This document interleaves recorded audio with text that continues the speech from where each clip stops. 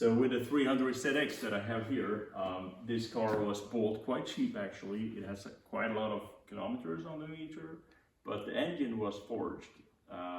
Anyhow, that engine did not last very long, as I have mentioned before. So that is the reason for us building this 3.2 liter motor for it. Not only that though, when buying an old car that is over 30 years old, there might be some more issues with it. And I was aware, like the seller was really good. He told me all of the failures that he knew about, and I totally agreed on that. So no problem. But one of the issues that we had was that there was no heat in the car, because that heating element where water goes through, it was leaking. So he had bypassed it. And living in Sweden, it's not like we have summer and nice weather every day.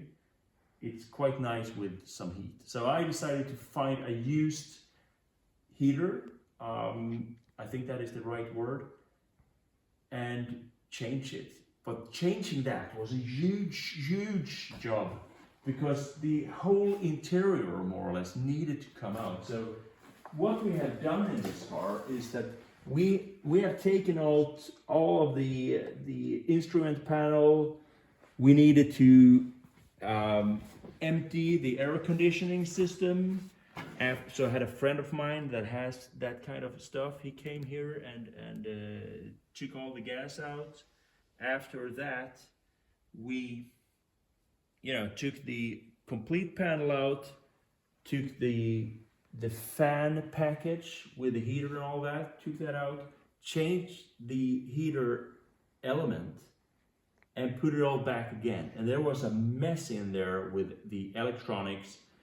There was failures in the past that we have fixed. There were so many cables that were not soldered but just clamped, and it just came loose kind of everywhere. The stereo was not working. I think I had like one speaker working. So we have fixed that as well.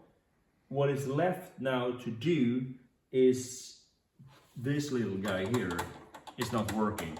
So the reason for that is that the wire is missing. It has come off here, it's broken. So I have sourced a used wire, and we will get that replaced so that I can lock the car from the inside. Other than that, I think most of it is okay. What I have done as well is that there was big holes in the seats, because this car had quite a lot of kilometers on it, and it really been used as a kind of daily. So I took the seats out when I bought the car. I had it repaired. You can see that this is, it's not top finish, but at least there are not holes anymore. So one plan was maybe to go with some other seats, but I think I'll just stick with these ones for now. I purchased some new rubber boots for the shifter, because they were really bad as well. Rubber over 30 years old, needed to be changed. Another issue with this car was that the Vipers, they were not working more than on one speed. So first I thought, okay, it must be the relay. Got a new relay, not a new one. Got a used relay. Here, changed it, same issue. Okay, so, next guess, it's probably the, beside of the steering wheel where you changed if you want to have like interval or constant. So changed that one, got a used one, a used working one. Now, same problem. I was like, okay. Then a mechanic told me that, no, it's probably the motor. But I was thinking it's probably not the motor, because I don't think that there is like relays in the motor. Nah. And then the car was like left for a year or more. We had other things to do. But now when I'm really on this project again, I found that the harness has been fixed. by someone, and it again, like the cables were not soldered together, they were clamped, and with water and stuff like that, it was just all corrosion, and the clamps were not properly done, so I could really just tear them apart. Now it's fixed up, and voila, it's working. So with those old cars, you might find like all kinds of funny solutions that they have tried to solve the problems, and all kinds of problems you might end up into.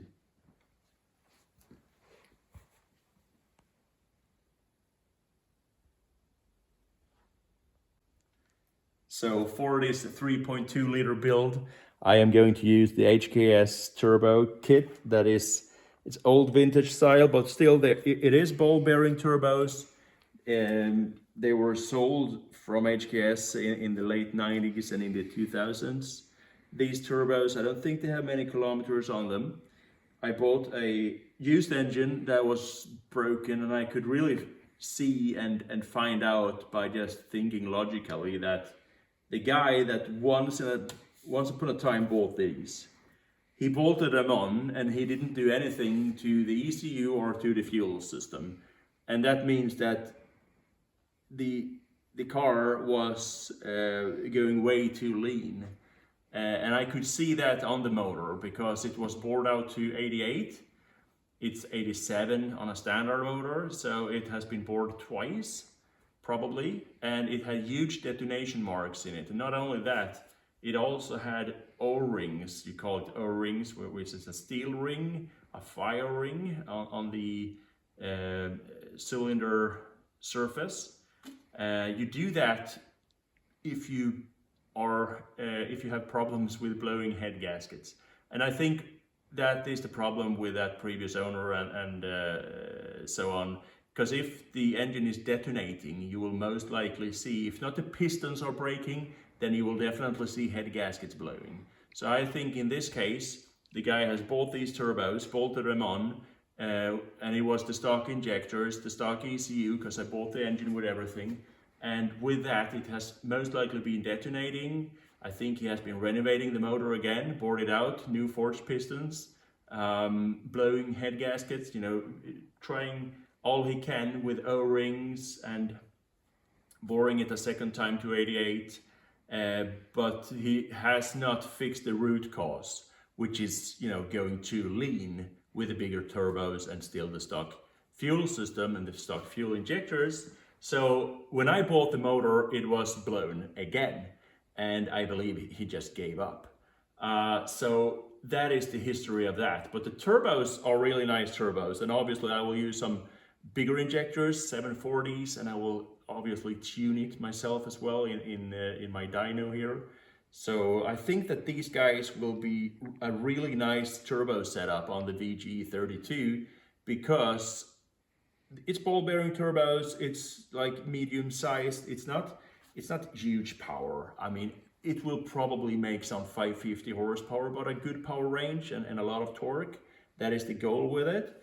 So we have cleaned them up a bit, checked them. They look okay, and I'm really looking forward to see what that motor can do with this turbo setup.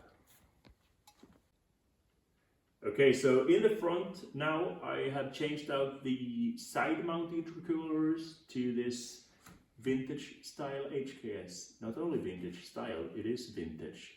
And this HKS intercooler kit was also sold by HKS in the 90s and in the 2000s. It has not been available for years. But this kit was bought off a guy in Sweden that went back to bigger side mount intercoolers, and I bought it because I think it's really cool. This car will have some really nice HKS upgrades on it, and so I thought, you know, when I got that turbo kit, it would be really nice also with the intercooler kit. And you can see that it's old because the mufflers are orange. That is old style. not only that, it will. You can see here also that there's it is some really nice handcrafted things in this intercooler kit, I think. Yeah, you can see it all. I think that the quality is just really nice. This one will bolt up to here. Just need to remove some stuff here. The old coupler there. Maybe I said muffler before. Muffler is a damper for exhaust systems, for example. Sorry, I meant coupler. Well, you know, English is not my first language. Trying as good as I can. Anyway, this will be really nice as well with this front mount intercooler. So yeah, looking forward to finish that up as well. We will need to cut out a bit in the front bumper because it doesn't fit now when there is a big intercooler here in the front. What is different from this one compared to like an ordinary intercooler is that the 300ZX is a V6, right? With 2 turbos and 2 exhausts, and also with a twin turbo setup, it's not like both of them are pumping air into one side or one intercooler. One side of the motor is pumping air to that side. So we are getting air in here, and then it's separated here in the middle. So the air on that side of the motor, on that 3 cylinders, basically goes back into the engine there. So there's different ways of doing this, but I think this is the right way on a 300ZX. With a inline 6, you would see one intercooler, you would see both turbos more or less pumping air into one intercooler, and then it goes in because there is only one. It's an inline 6, right? So it's inline motor, that's the difference. A V motor is 2 cylinder heads, 2 turbos. That's the reason why it looks like this with a little gap here in between, because it's actually 2 intercoolers beside of each other. Yeah, that is really sweet. It's not only size, that's another thing I can tell you about. The way the intercoolers looks inside makes a huge difference. I did not think that before I started tuning on higher levels. So with my time attack car, Mitsubishi Evo, boost pressure of over 3 bars, that's over 45 psi, you would definitely see a difference, not only size-wise. I started off with, you know, a Chinese copy intercooler, but we had huge issues with intake air temperature. So then we went for a good brand, a really high quality brand intercooler. And with the same size, we got down huge numbers when it comes to temperature. So we had intake temperatures of 30 degrees centigrade, where we in the past with that Chinese stuff, we couldn't even raise the boost over 2 bars because we had huge issues there. So the core itself makes a huge difference. And that is also another reason changing to HKS, because they had always done really nice intercooler cores. Yep. HKS blow-off valves. I think this is like Fast and the Furious, you know, early 2000s. But I think it's cool. It's also vintage. These are the first generation HKS ssqvs, and it's a kit. The kit, I actually sent an email because we are HKS authorized dealers, and right now I have a customer that is asking for blow-off valves. I checked it up. Are they still available? Because for the 300ZX there is hardly any manufacturer that makes bolt-on blow-off valves anymore, but HKS has a kit. But they have 3 more kits in Japan, then the kit will be discontinued. So if you want the HKS blow-off valves that are like bolt-on kit for the 300ZX, you should really hurry up. Anyway, these are the first generation. I'm really happy for that. They will probably work fine. They are sitting on pipes that will go up here, so they will be really like visible when the engine is in there. And they make a typical birdie shout noise when they go off. Yeah, I think it's quite nice. Also, the stock blow-off valve, it's not really that good. It's typically quite often leaky. It's old. It's quite weak in the spring. So when going up in boost pressure, it's a really good upgrade to change the blow-off valves. So why do you have blow-off valves then? Well, when you're on boost, the turbos are pushing air. We have like, let's say 15 psi to start with of boost pressure. But when you close the throttle, so I'll show you here. Here is a throttle body. Okay, so if we're looking into this with full throttle, okay, we have open throttles, and we have coming here air, forced induction, right? Like 1 bar of boost pressure, sometimes 2 bars, in extreme cases even more. When I close the throttles, the air that is being pushed this way has no way to go, so it will bounce back, and obviously it will bounce back into the turbo. That means that the turbo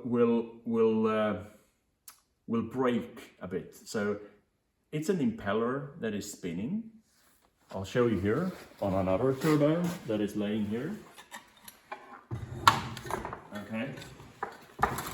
On the compressor side here, the impeller is spinning, right? And what happens when the air goes back, when that throttle is closing, the air is bouncing right back, and that will basically make this impeller to stop up a bit.